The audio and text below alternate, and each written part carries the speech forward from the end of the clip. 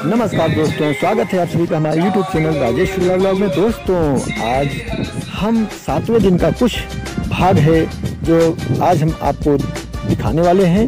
आप हमारे वीडियो पर लगातार बने रहना और वीडियो को पूरा देखना दोस्तों, क्योंकि पंडित श्री रामरेख तिवारी जी बस कथा कहने ही वाले हैं।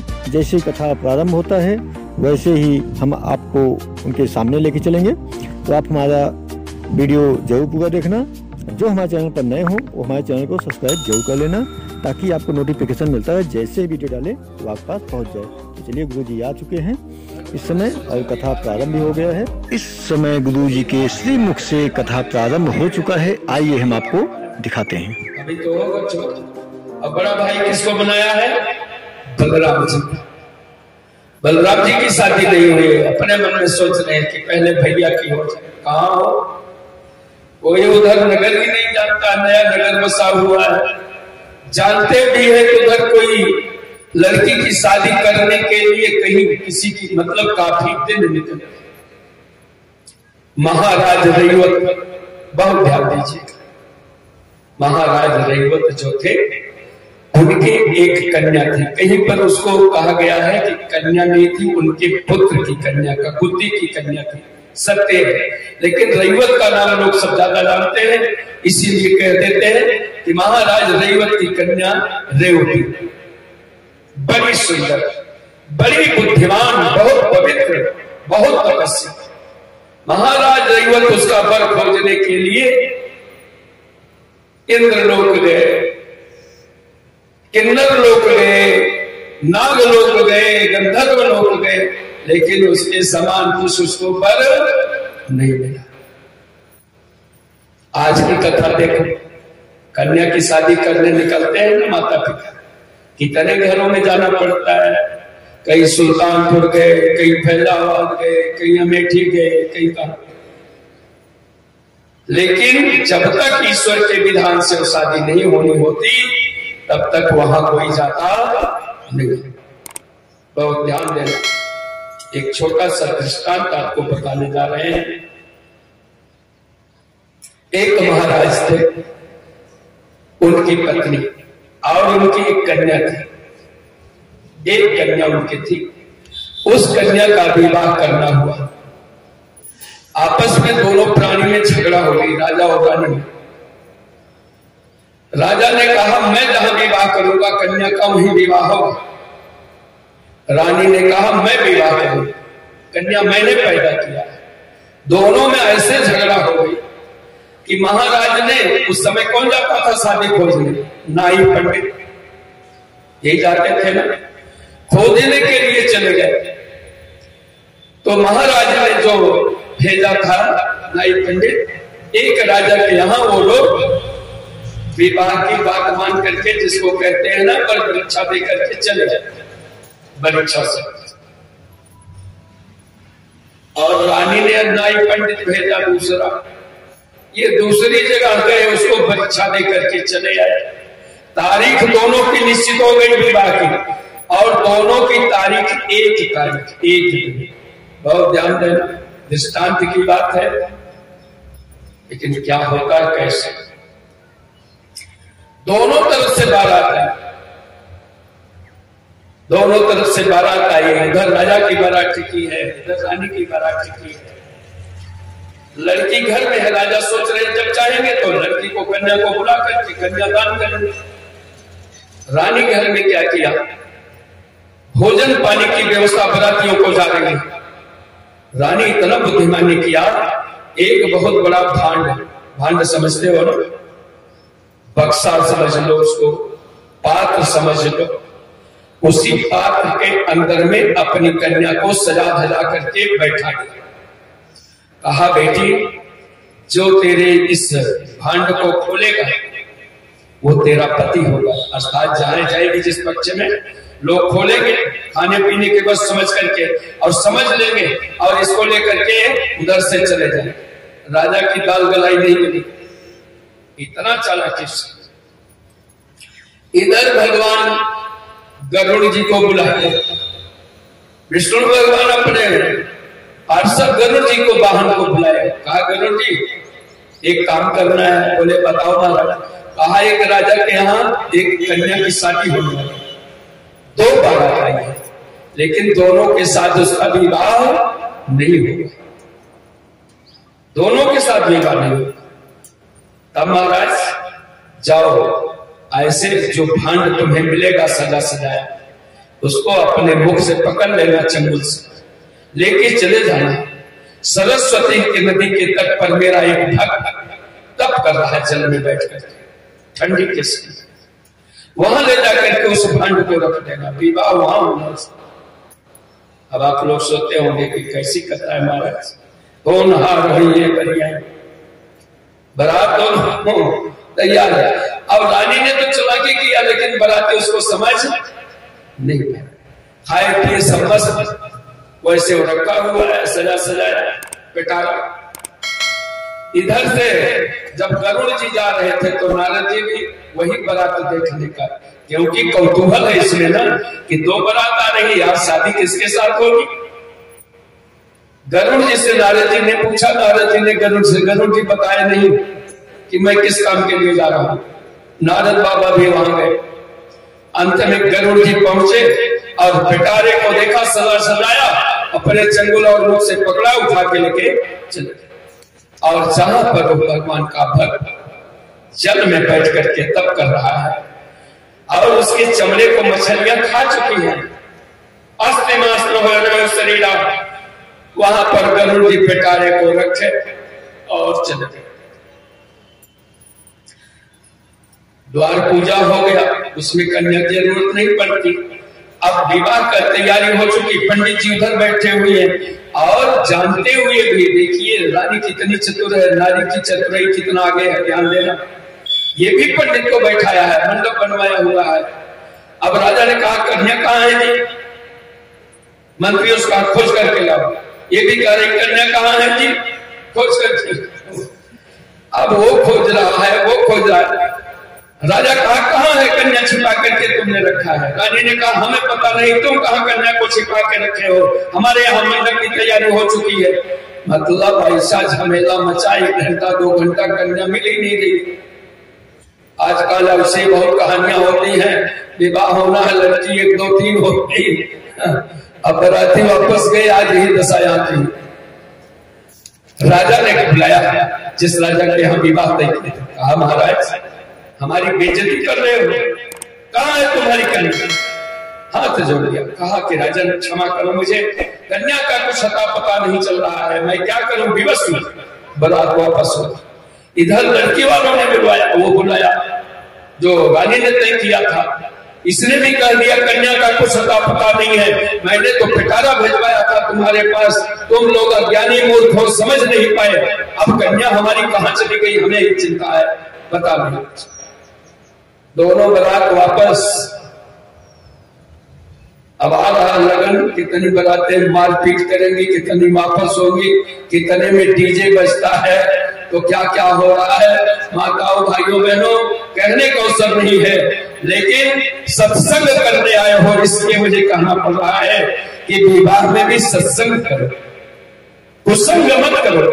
आपका धन लूट करके दूसरे लेके चले जाते हैं। बहन बेटियां सबके सामने नाचती हैं, 5 लाख लूंगा, 5 लाख लेने के बाद बचाया कुछ नहीं, सब उड़ा दिया। डीजे के पाछे बाराती जो होते हैं ना, कुछ रिश्तेदार होते हैं, और बुरा मत मानना, थोड़ा पी लेते हैं जब, तो 50-50 की नई गड्डी तरी तर उड़ती है, इससे हवा में उड़ती, लूटने वाले लूटते हैं। अब पंडित जी द्वार पूजा पर कर रहे हैं, गौर गणेश को चढ़ाओ, 151 रुपया, तो ये बगल ऐसे रखा था, 50 का नोट निकाला, तो कहा 151 पंडित बहुत। कहो डीजे पीछे लुटावा कहा सूद बांगर की तरह, और जहां गौर गणेश पूजा हो रहा है, अब ब्याह के समय कहा हो तुम्हारा ब्याह हो गया, कहें महाराज निकावा बाद में देखा है, कहें बुलावा हो मत को आओ। पंडित कहा कहें भैया 5000 कहा, कई लड़की वाले कहें जा राजी है, तो बधा करे दिया होगा 2000 रुपया, कैसे हो जाए। ला महाराज हरना ना दे। इस तरह से जो आजकल ब्राह्मणों के प्रति, वेद के प्रति, अरे जल्दी करा महाराज, 1:30 बजे का अब नाचत गावत आधा किलोमीटर से आए 1.5 घंटा में, तो उसके लिए 1:30 नहीं बजेंगे। अरे कहाँ बुद्धि चली गई है हम लोगों की? इससे अच्छा तो वो चरवाहे थे। अब हम लोग ग्रेजुएट होकर के ग्रेजुएट धन लुटाते हैं मूर्खों की तरह, न इधर का न उधर का। अंत में परिणाम क्या हुआ ध्यान दीजिए। सर वो महात्मा उठे, ब्रह्मचारी देख रहे आश्चर्य की चीज थी, काटा का फिटा खोल दिया। माँ ने कहा था ना, जो कटारा खोलेगा वही तेरा पति होगा। दुल्हन निकली, चरण पकड़ लिया। अरे अरे अरे दूर मैं सन्यासी हूँ, ब्रह्मचारी हूँ, तुम कौन हो, हम पहचानते नहीं। मैं एक राजकन्या और ऐसे आदेश हुआ है, आपके पास आई हूँ, आप मेरे स्वामी हो, आपके साथ मेरा पानी ग्रहण संस्कार हो गया, विवाह हो गया, ये आदेश है। ब्रह्मचारी इधर कूदे उधर कूदे, शरीर तो खा लिए थे चिट्टी माटी मछली, लेकिन तब से बड़ा कोई और धन नहीं, तब से बड़ा कोई बल नहीं, इसको आप लोग भी जानते हैं। इसलिए तप बल शंभु करें समझारा, तप बल विश्व रचे संसारा। ये लोग भी तप से कुछ करते हैं, तो तप करो। तप करने का मतलब अनर्गल विचारधारा मत। तप का अर्थ होता है संशोधन करो, अपने विचार के अंदर चिंतन करो, मंथन करो, और फिर देखो शादी करो, विवाह करो, दान दहेज लो, तो उसी बात नहीं, लेकिन यथाशक्ति जैसे बन सकता है और उसका सदुपयोग करो। लक्ष्मी का दुरुपयोग लिखा है कि जो लक्ष्मी का दुरुपयोग करता है, लक्ष्मी उससे कहीं दूर चली जाती है। इन स्थितियों में भगवान का आदेश हो गया, उनका विवाह हो गया। ब्रह्मचारी शरीर खा चुके थे, लेकिन उस दिन करदम की कथा सुने थे ना, कुछ नहीं था। आज वही कथा यहाँ पर दोहराई जा रही है। भगवान का आदेश हुआ, आकाशवाणी हुई, अरे ब्रह्मचारी इस पत्नी को तुम ग्रहण करो, मेरा आदेश है, मेरी आज्ञा है। ग्रहण किया तो घर द्वार कहां से, लेकिन भगवान की प्रेरणा उस तप के आधार से इतना बड़ा राजमहल बन गया वहां, इतना बड़ा राजमहल की राजाओं का सम्राट, इतना सुंदर शरीर। बहुत सी कथा सुने हो ना, च्यवन मुनि की कथा सुने हो, वृद्ध थे, सुकन्या से विवाह हुआ, लेकिन सुकन्या के तपस्या से क्या हुआ कि अश्विनी कुमार आकर के च्यवन मुनि को 16 वर्ष का नौजवान सुंदर राजकुमार बना दिया। तो कब क्या हो सकता है, बहुत सी कथाएं हैं। ईश्वर में विश्वास रखो, धर्म में विश्वास रखो। परिणाम क्या हुआ, विवाह हो गया, राजमहल बन गए, राजा की व्यवस्था बन गई, और नौकर चाकर दास दासियां सब कुछ हो गए। उसके बाद पूछा महाराज ने कि आपके पिता का नाम क्या था, बताया फला, उनके नाम से पत्र लिखा, माता को पत्र लिखा, आपकी कन्या हमारे पास है और इसका पानी ग्रहण संस्कार मैंने कर लिया है, अगर इससे मिलना चाहते हो तो प्रेम के साथ आप लोग यहाँ आ सकते हो, आपका स्वागत है। राजा को जब पता चली तो राजा भी एक बार तो क्रोध में थे, फिर भी राजकन्या का क्या दोष है। उधर से महारानी भी, सारे लोग आए, और जब अपनी कन्या का राजमहल देखा और जिससे विवाह हुआ था दामाद को देखा, तो वही हाल हुआ कि प्रसन्नता से सारे लोग भर गए और भगवान का जय जयकार करने लगे। इसलिए जीवन में भगवान का जय जयकार करो। बोलिए वृंदावन बिहारी लाल की जय। महाराज रेवती ने विवाह कर दिया रेवती के साथ। अब भगवान के कृष्ण की विवाह की बात है। आज प्रश्न कथा कृष्ण विवाह की, लेकिन बीच में कहीं उठना नहीं है। कथा के बाद आरती के पहले भगवान का मंगल विवाह होगा, क्योंकि यहाँ पर शालिग्राम भगवान सबसे बड़े भगवान हमारे धर्म क्षेत्र के, और उनका विवाह किससे हुआ था, तुलसी के साथ। तुलसी माता भी यहाँ पूजनीय है। तो बाद में विवाह करवाएंगे वैदिक विवाह से, इसलिए कथा में भंग ना हो, क्योंकि कथा में विवाह होने लगेगा और अगर कह देते शुक्ला जी अपने गाजा बाजा भी उधर से, तो कथा फिर आगे वो चीज नहीं होनी चाहिए। कथा भंग करने से दोष लगता है। विवाह करना है, जिसको पाप पूजना है, जो करना है सब हम करवाएंगे, समय के अंतराल में करवाएंगे। लेकिन अभी आप लोग शांत पूर्वक भगवान की पावन कथा सुनते रहे। भगवान की विवाह की कथा प्रारंभ होने जा रही है और एक विवाह किया नहीं है कि हम कहते एक विवाह हो गया चलो ढोल बजाओ।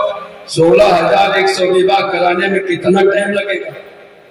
महाराज पंडित ठीक है ये अकेले करा देगा? अकेले? अरे महाराज का जो पंडित कह भी करा दे। अरे दिन भागवत वाचने लगे कल के पंडित। जो संगीत वाले हैं वो कहते हैं पहले टाइम 10 बजे से 12-1 बजे यहाँ प्रवचन करूंगा। मोटरसाइकिल मारे चले गए, इधर उनके चेला लोग किन्न कर रहे, वहां पहुंचे 3 से 6 प्रवचन करते। इतना ज्यादा मांग हो चुकी है संगीत में। कथा संगीत सुनने लोग जाते हैं, कथा नहीं। पहले संगीत हो गई, कथा बाद में हो गई। और यहाँ क्या है? ज्ञान यज्ञ।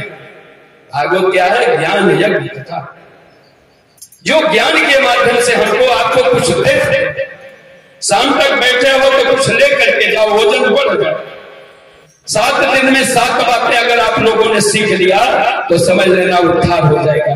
अन्यथा तो नारायण पहले ही पासपोर्ट वीजा बनवा दिए 7 दिन का सब। इसलिए घबराने की बात नहीं।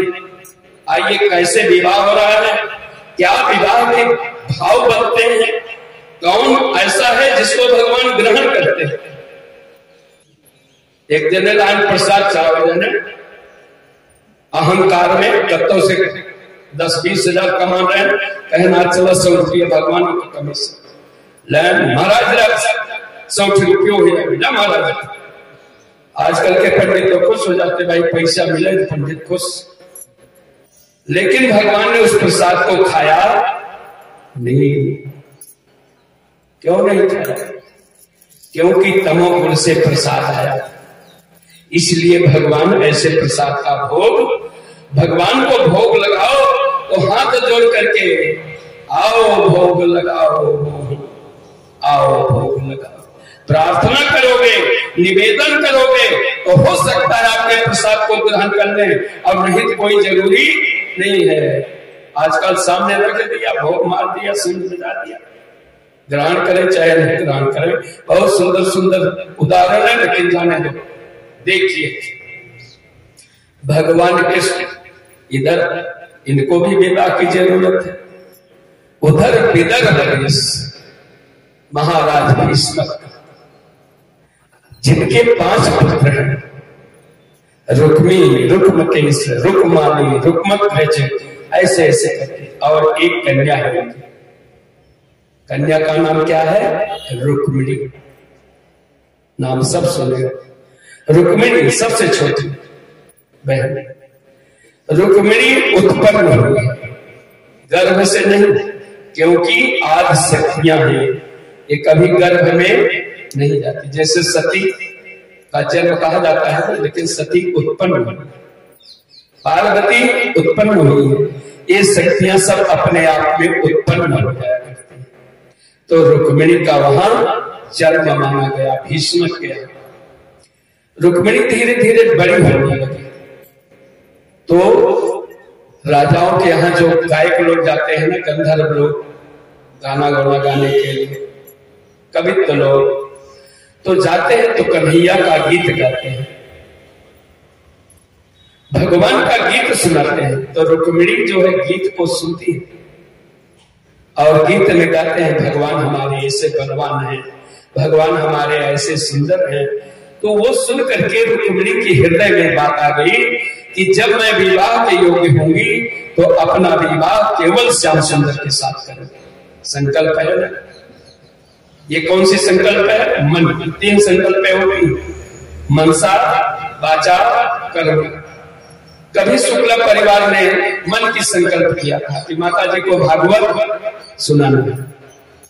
आज वो संकल्प कर्म में आ गई, तो अच्छी संकल्प को भगवान पूरी करते हैं। तो आप लोग ध्यान देना, रुक्मिणी अपने मन में विचार किया कि जब विवाह के योग्य हो जाऊंगी तो अपना विवाह कृष्ण के साथ। बहुत कथा दिखा रहे हो इस समय, हम उतना कह नहीं पाएंगे, लेकिन मूल बात देखिए। और रुक्मी इसका बड़ा भाई जो है वो अपनी बहन का विरोध कर रहा है शुरू से। वो कहता है तेरा विवाह मैं अपने मन से करूंगा, उस अहिर के साथ तेरा विवाह नहीं होने दूंगा। लेकिन मीरा की तरह, मीरा से कई गुना आगे भक्ति रुक्मिणी की है, परम सत्ता है, वो अपने बात पर अड़ी हुई है। संजोग देखिए, रुक्मिणी विवाह के योग्य हो गई। एक दिन शिशुपाल बहुत बड़ा राजा है, जिसके विषय में भी आप लोग को सुने नहीं हो, 2 मिनट सुन लो उसके विषय में, परिचय जानो। जैसे सतयुग में हिरण्यकश्यप हिरण्याक्ष हुए, जय विजय को श्राप था ना 3 जन्म का, तो सतयुग में वही हिरण्यकश्यप हिरण्याक्ष हुए। और त्रेता में रावण कुंभकर्ण हुआ, तीसरी बार शिशुपाल और दंतवक्र भी हो गए। साधारण योद्धा नहीं है शिशुपाल, ये भगवान कृष्ण के बुआ का लड़का है। थोड़े में बता रहा हूं, ध्यान देना। कृष्ण के बुआ का लड़का है। जिस समय पैदा हुआ तो इसके 2 सिर 4 भुजा थे। पंडितों को बुलाया कि महाराज ये लड़का कैसे पैदा हुआ है, 2 सिर 4 भुजा। पंडितों ने बताया कि जिसके देखने मात्र से इसका 1 सिर 2 भुजाएं अपने आप कट करके गिर जाएंगी, उसी के हाथ से मारा जाएगा। अब उसकी माता महाराजा धीना जी जहां जाती थी वहां यही निगाह रखती थी कि किसके देखने से इसका 1 सिर 2 भुजाएं कटेंगी, वही मेरे बेटे को मारेगा। घूमते घूमते द्वारिकापुरी आई अपने मैके। जैसे भगवान कृष्ण की निगाह पड़ी, वैसे 1 सिर और 2 भुजाएं उसकी कट करके गिर गई। बुआ ने कहा कृष्ण सबको बहुत कुछ लेते हो ना, आज मैं तुमसे मांगने आई हूं। बुआ क्या मांगना चाहती हो? भगवान जान रहे हैं सब कुछ ना, यही शिशुपाल है, इसको मानना पड़ेगा। लेकिन बुआ ने कहा बेटा तुम्हारा भाई है। दोस्तों वीडियो को यहीं पर समाप्त करता हूं। इसका अगला भाग आप दूसरे वीडियो में देख सकते हैं। तो आप सभी हमारे चैनल पर बने रहना, और जैसे जैसे वीडियो आएंगे आप सभी देख सकते हैं। दोस्तों आप सभी को हमारा वीडियो कैसा लगा आप हमें कमेंट करें, वीडियो को लाइक करें, शेयर करें, और जो हमारे चैनल पर नए हो वो हमारे चैनल को सब्सक्राइब जरूर कर लेना, ताकि आपको नोटिफिकेशन मिलता है जैसे वीडियो डालें वो आपके पास पहुंच जाए। तो चलिए दोस्तों मिलते हैं अगले वीडियो।